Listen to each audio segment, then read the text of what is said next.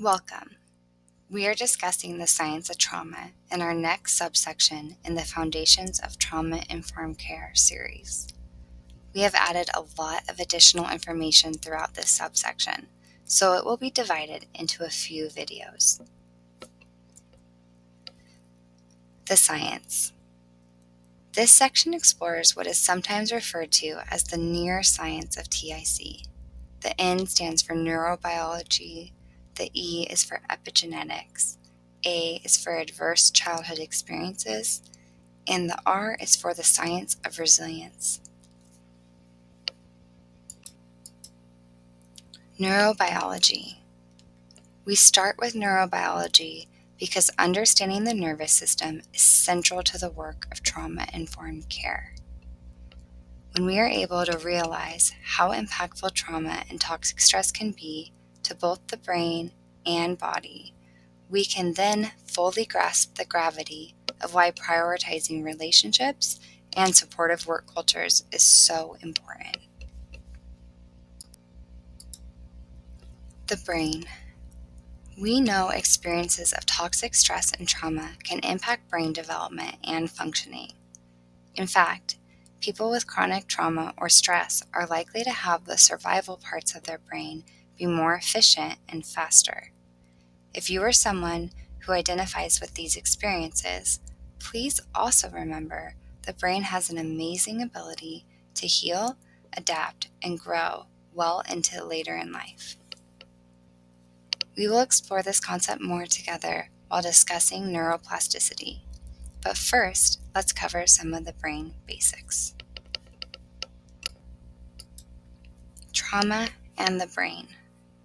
Dr. Daniel Siegel's hand model of the brain can be helpful in creating more accessible, shared language around what can happen in the brain during a stress response, also called a flipped lid in this example.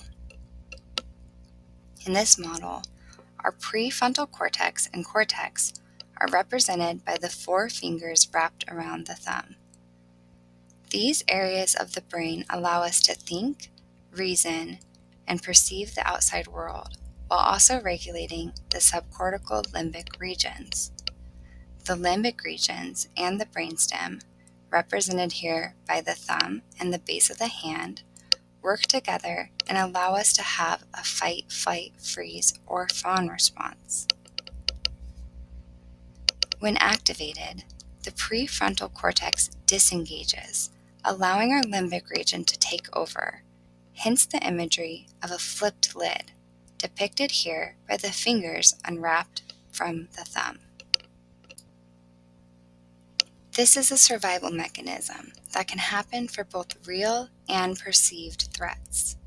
When this happens, we are in survival mode and have less access to our rational brain, long-term processing, ability to compromise, verbal processing, and so on. This is why strategies to calm the nervous system do not involve reasoning or negotiating. However, studies have shown that bringing awareness to what is happening in an activating situation can actually change what the brain does.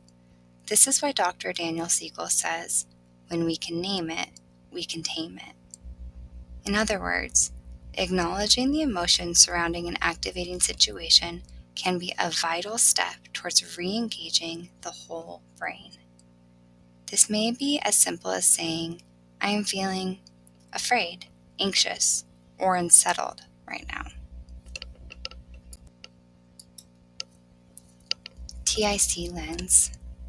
In trauma-informed care, we pay attention to how our policies, procedures, and processes may be the perceived threat that can result in both those seeking services and the workforce potentially having flipped lids.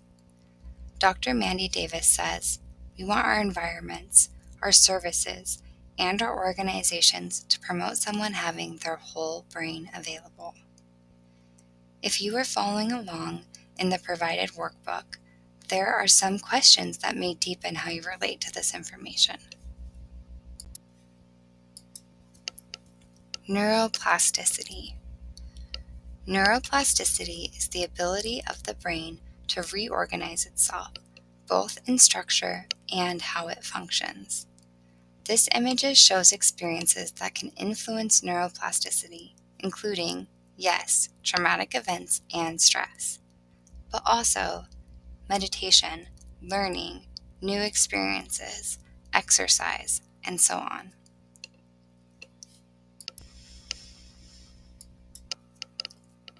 In many ways, this is great news because it reminds us how resilient our brains actually are. This can give us hope about our ability to overcome obstacles like major injuries and other challenges like depression, addiction, and more. Also, remembering our brains have the capacity to heal, adapt, and grow well into later in life may be the encouragement one needs to learn new skill sets like conflict management and healthy communication skills.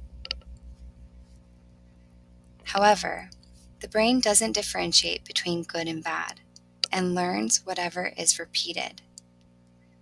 Think, what fires together, wires together.